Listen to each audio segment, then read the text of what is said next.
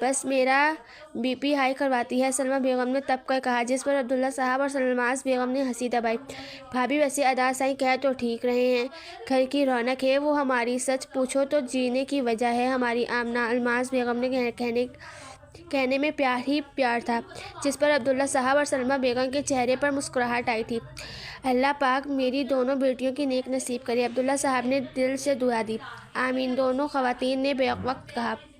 السلام علیکم ارمان بھیا، آمنہ نے ارمان خانزادہ کو سلام کیا تھا۔ وعلیکم السلام، کیسی ہو آپ اور گھر میں سب کیسے ہیں؟ ارمان نے اخلاقیات نبھائی۔ سب ٹھیک ہے بھیا، آمنہ نے معصومیت سے کہا۔ بھائی آپ ملے آمنہ سے، یہ ماہی کی دوست ہے،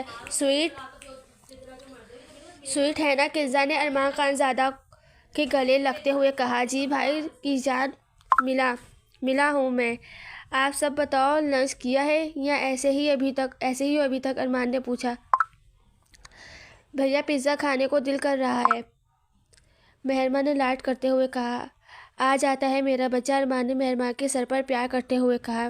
بھائی ساتھ میں کوک بھی ہو؟ نوال نے بھی ساتھ اپنی فرمائش نوٹ کروائی۔ اوکے آ جائے گی، ارمان نے کہا۔ آمنہ بچے آپ کیا لیں گی؟ ارمان خانزادہ نے پیار سے پوچھا۔ بھیا مجھے چاکلیٹ کھانی ہے۔ جلدی میں وہ چاکلیٹ کی جگہ ٹاکلیٹ بول گئی تھی، جس کی اس کے دونوں گال پھول گئے تھے اور سب اس پر بے انتہا پیار آیا تھا۔ نوال نے تو اس کے گال ہی چوم لیے تھے۔ اوکے منگا دیتا ہوں سب کو، آپ بس 10 منٹ تک انتظار کرو۔ بھائی رکے، ماہی سے تو پوچھا ہی نہیں میں نے، ابھی اس سے پوچھ کر آتی ہوں، کنزا کہتے ہی جانے لگی۔ نہیں میں منگا کے دے رہا ہوں، آج سب کھا لینا۔ وہ ارمان کا کنزا کا ماہی کے پاس جانا اچھا نہیں لگا، اس لیے روک دیا۔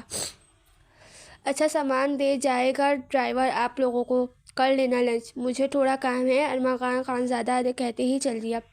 ٹھیک ہے۔ 10 منٹ بعد 2 لارج سائز پیزا، شاورما، کوک اور چاکلیٹ ان سب کو مل چکی تھی۔ جسے انہوں نے سب مزے لے کر کھایا تھا۔ فراز صاحب کے گھر اس وقت سب لنچ کے لیے اکٹھے ہوئے تھے۔ ویسے امی مجھے تو سمجھ نہیں آ رہا، مہرما کے نکاح کا ڈریس چینج کیسے ہو گیا؟ کوثر نے بریانی کی ٹرے رکھتے ہوئے کہا۔ ارم بیگم سے کہا۔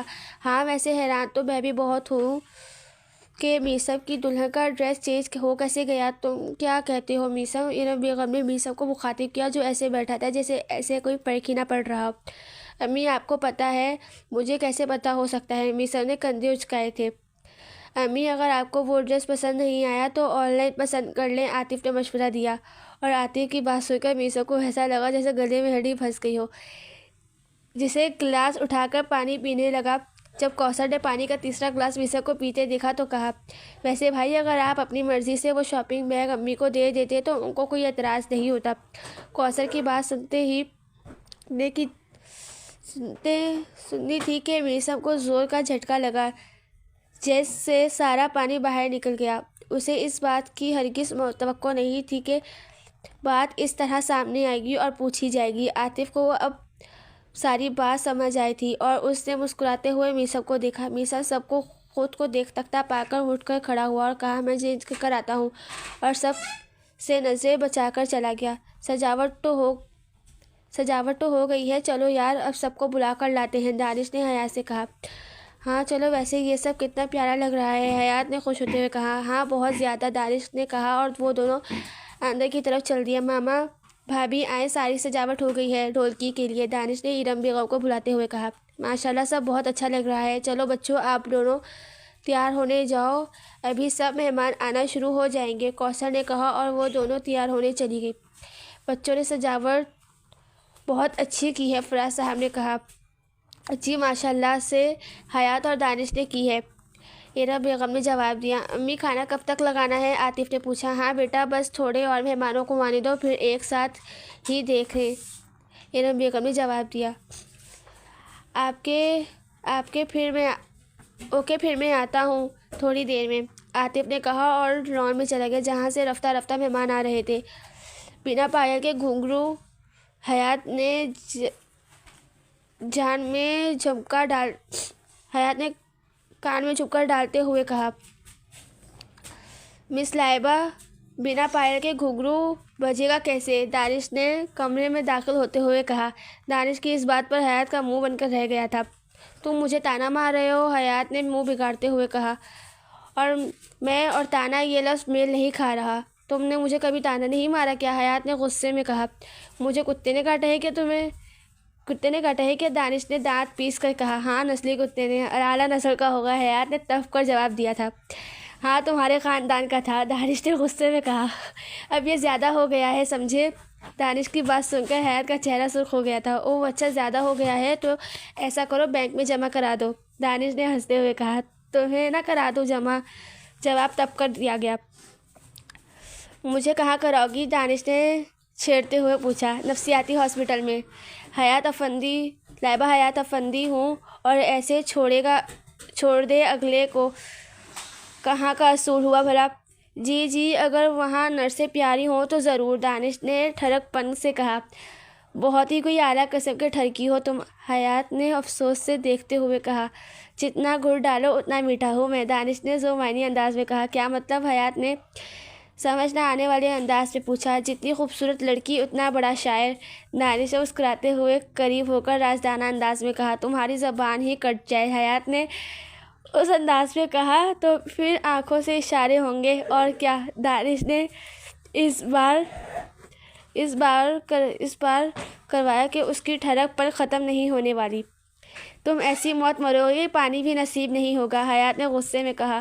ہاں، روح افزا پی کر مروں گا، پانی والا زمانہ گیا۔ دانش اور حیات کو تنگ کرنے کا موقع چھوڑے، ایسا کبھی ہو ہی نہیں سکتا۔ کیا کرنے آئے تھے تم ویسے؟ حیات نے پوچھا۔ گجرے دینے آیا تھا بھابھی کو، دانش نے جواب دیا۔ میرے لیے تو نہیں لائے ہوگے تم یہ گجرے، حیات نے اداسی سے کہا۔ میں اپنی چڑیل کو کیسے بھول سکتا ہوں بھلا، وہ تب کر آیا۔ ویسے کرنے کیا آئے تھے تم؟ حیات نے پوچھا۔ گجرے دینے آیا تھا بھابھی کو، دانش نے جواب دیا۔ گجرے دینے آیا تھا بھابھی کو، حیات نے جواب دیا۔ میرے لیے تو نہیں لائے ہوگے تم یہ گجرے، حیات نے اداسی سے کہا۔ میں اپنی چڑیل کو کیسے بھول سکتا ہوں بھلا، ویسے میں نے سنا ہے رات کو خوشبو لگانے سے چڑیلیں عاشق ہو جاتی ہیں، عاشق ہونے کا خطرہ ہوتا ہے، دانش نے سنجیدگی سے کہا۔ فکر نہ کرو، مجھ پہ کوئی جن چڑیل عاشق نہیں ہوتی، حیات نے لاپرواہی سے کہا۔ میں نے کب کہا تمہارے گجروں کی خوشبو سے چڑیل عاشق ہو جائے گی تم پر، دانش نے سوچتے ہوئے کہا۔ تو پھر کیا مطلب تھا تمہاری بات کا؟ حیات نے پوچھا۔ ادھر آؤ، میں سمجھاتا ہوں تمہیں، دانش حیات کے کان کے قریب ہوتے ہوئے رازدانہ انداز میں بتانے لگا۔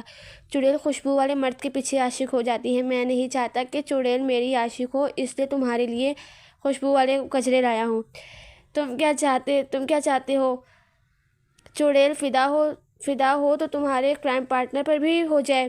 حیات نے ڈرتے ہوئے پوچھا۔ میں نے تو چڑیل دیکھ بھی لی ہے، تم بھی دیکھو نا، تم تو کرائم پارٹنر ہو میری، اب تم میری اس مشکل وقت میں ہیلپ نہیں کرو گی کیا؟ دانش نے ڈرنے کی ایکٹنگ کرتے ہوئے کہا۔ دکھاؤ کدھر ہے چڑیل، میں تمہیں بچا لوں گی دانی، حیات نے ڈرتے ہوئے کہا۔ وہ دیکھو، دانش نے ایک مرر کی طرف اشارہ کیا جہاں سے حیات کا عکس نظر آ رہا تھا۔ حیات نے ڈرتے مرر سے چڑیل کو دیکھنے کے لیے آنکھیں کھولی تو اسے سامنے اپنا عکس نظر آیا، اور تب ہی اسے دانش کی ساری فضول گوئی سمجھ آئی۔ دانش، یہ چڑیل ہے جو تم پر فدا ہو گئی، حیات نے سیریس ہوتے ہوئے کہا۔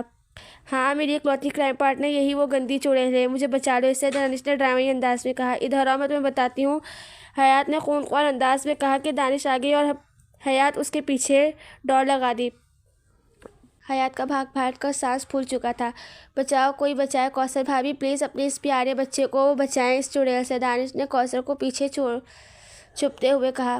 کوثر آپی، اس نے مجھے چڑیل بولا ہے، حیات نے دانش کی شکایت لگائی۔ دانش ایسے نہیں کہتے، اتنی پیاری تو ہے میری بیٹی، چلو سوری بولو اسے، کوثر نے دانش کے کان کھینچتے ہوئے کہا۔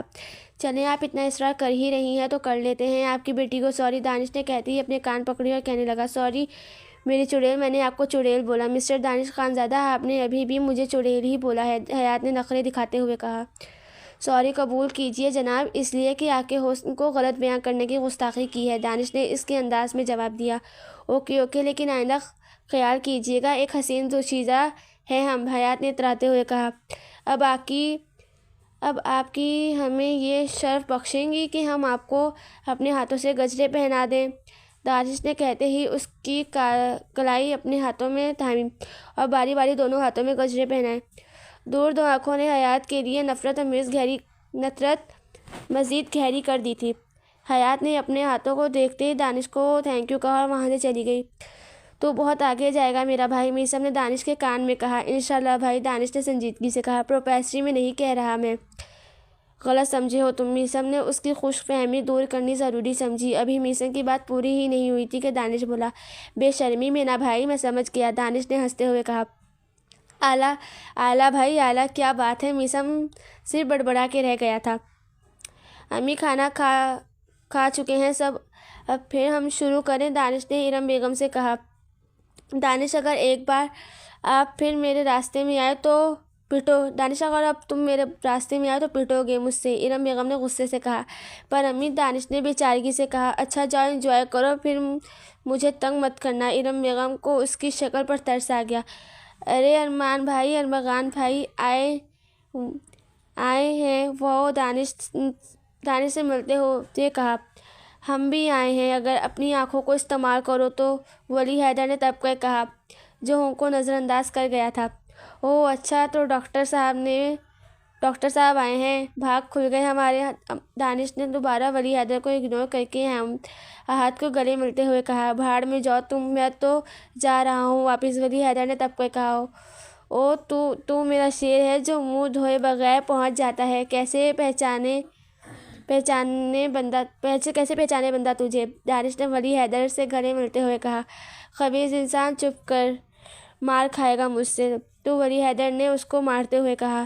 چل بھائی گانا لگا دے، سعد خانزادہ نے دانش سے کہا۔ ہاں کوئی دکھی گانا لگا دے، میثم نے ہنستے ہوئے کہا۔ کیوں دکھی کیوں؟ ارمغان خانزادہ نے حیرت سے پوچھا۔ او بھائی تجھے نہیں پتا کیا؟ میثم نے حیران ہوتے ہوئے پوچھا۔ نہیں مجھے بھی نہیں پتا، دانش نے بیچ میں بول پڑا۔ چل اب بتا کیوں دکھی ہے؟ ارمان نے پوچھا۔ اس کی بیوی چلی گئی ہے اس کو چھوڑ کر، میثم نے رازدانہ انداز میں کہا۔ ہونے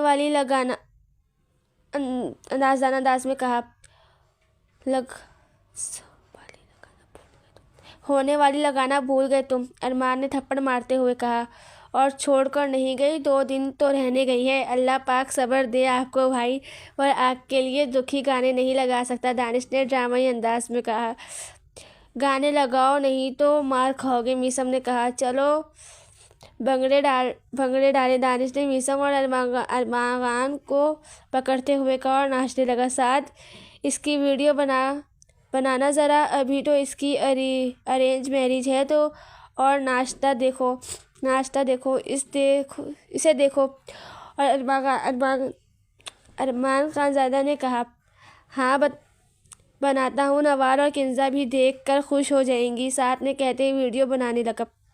دانش اور حیات اور ارم بیگم اور فراز صاحب کو کوثر اور عاطف کو لے آئے تو محفل دوبالا ہو گئی۔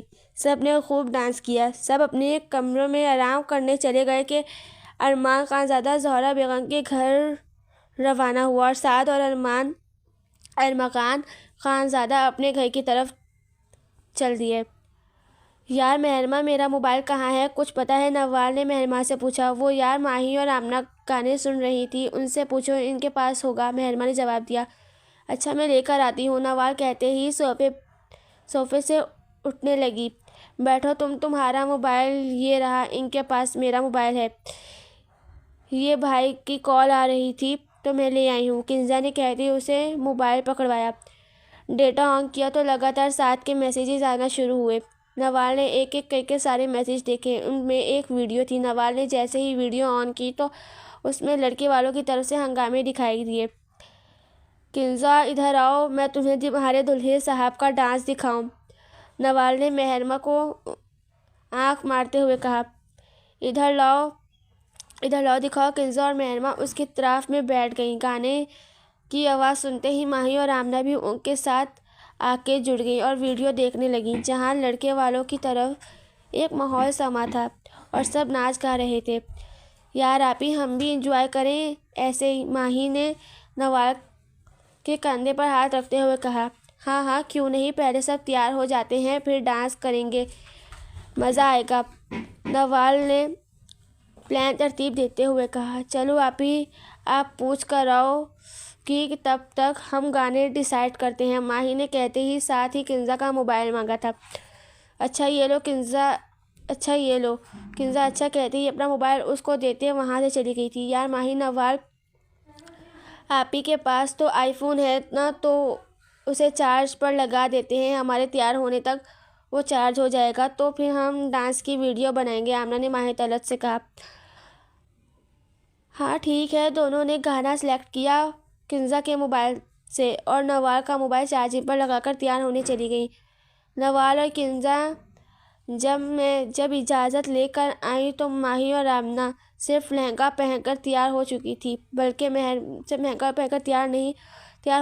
بلکہ مہرمہ کو بھی زبردستی تیار کروا چکی تھی۔ ان کو دیکھتے ہی نوال اور کنزا بھی جلدی سے تیار ہونے چل دی۔ سب لہنگا پہن کر اچھے سے تیار ہو چکی تھی اور تو دروازے کو کنڈی لگا کر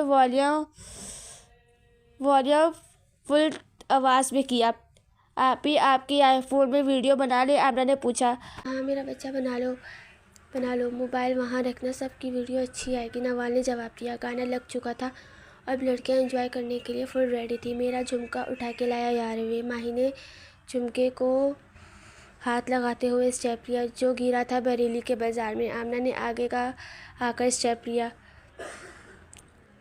میں ٹھمکا لگا کے شرما گئی، مہرمہ نے ٹھمکا لگا کر شرمانے کی ادا کی۔ بولی گھنگھرو بندھا دے میں آ گئی، کنزا نے اپنی پائل والے پاؤں کو آگے کر کے اسٹیپ لیا۔ مجھ کو نچا کے نچے لے آجا، نچے لے، نوال نے جوش سے اپنے لہنگے کو گھماتے ہوئے اسٹیپ لیا۔ میرے یار تو نچ لے، جھنک جھنکار، سب نے اپنے لہنگے پکڑ کے گھومنے لگے۔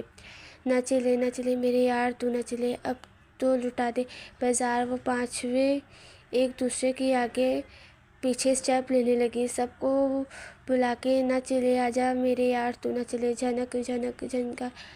ان پانچوں نے اپنی پائل کی آواز کی، نچ لے میرے یار تو نچ لے، اب تو لٹا دے بازار، نچ لے ذرا نچ لے، چھت سے بلا کر نچ لے، ذرا چھت پہ بلا کر نچ لے۔ ان پانچوں کا جوش عروج پہ تھا۔ میں نے غلطی کر دی تھی، میری ننھی پری تھی، مہرمہ نے اپنے ہاتھوں کو اوپر سے نیچے گھماتے اسٹیپ لیا۔ سونے میں اس کو رنگا گئی، میں رنگا کے عطایا پہنا گئی، کنزا نے آگے ہو کر اسٹیپ لیا۔ محلے میں کیسے مارا مار ہے، میرے در پہ دیوانوں کے بہار ہے، آمنہ نے آگے ہوتے اسٹیپ لیا۔ سب کو نچا کے نچ لے آجا، نچ میرے یار تو نچ لے، جھنک نچ لے میرے یار تو نچ لے، اب تو لٹا دے بازار، جھنکار نچ لے، سب کو بلا کے نچ لے آجا میرے یار تو نچ لے۔ سب اپنے لہنگے گھماتی ہوئی گول گھومی۔ میں تو کمسن کلی تھی ذرا تن کر چلی تھی، آگے جا کر گلی میں بل کھا گئی، آمنہ نے اسٹیپ لیا۔ کوئی جانے جوانی کب آ گئی، میرے صدقے زمانے کی کمائی رے، مجھے دیکھا ادھار حلوائی نے، مہرمہ نے شرماتے ہوئے اسٹیپ لیا۔ سب کو نچا کے نچ لے آجا، نچ لے، جھنک جھنکار، آج تو لٹا ہے بازار، سب نے خوب بھنگڑا ڈالا اور ان لائنز پر نچ لے، چھت پہ بلا کے نچ لے ذرا نچ لے، چھت سے اٹھا کر نچ لے ذرا نچ لے، چھت پہ بلا کے نچ لے ذرا نچ لے، چھت سے اٹھا کے نچ لے۔ لڑکیوں نے خوب دھمال مچایا۔ ابھی وہ کوئی اور گانا شروع کرتی کہ دروازہ بجا، نوال نے جلدی سے ڈیک بند کیا، کنزا نے دروازہ کھول، مہرمہ نے بے عزتی سے بچنے کے لیے واش میں جا کر بند ہو گئی۔ غضب خدا کا، لڑکیوں کیا حشر کیا ہوا ہے ناچ کر کمرے کا، اور اپنا چلو بس کرو اور کچھ کھا کر سو جاؤ۔ ہاں کنزا، ارمان آیا ہوا ہے بیٹا، پوچھ رہا ہے تم لوگوں کا، ابھی سونے گیا ہے تو اب مجھے میوزک کی آواز نہ آئے۔ بالکل، زہرا بیگم نے وارن کرتے ہوئے کہا اور چلی گئی۔ محرمہ آپ بھی باہر آ جاؤ، آنٹی چلی گئی ہیں۔ آمنہ نے محرمہ کو آواز دی۔ محرمہ ڈرتے ہوئے باہر جھانکا، یقین ہونے پر باہر آئی۔ کوئی اتنی بھی جلاد نہیں ہے آنٹی جو تم اتنا ڈرتی ہو ان سے، نوال نے تب کہ کہا۔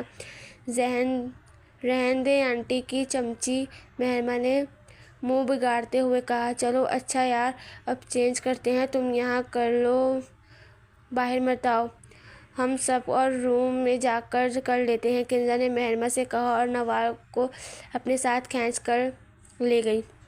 محرمہ اپنا لہنگا اتار کر جانے ہی لگی تھی کہ موبائل پر نوٹیفیکیشن کی آواز آئی۔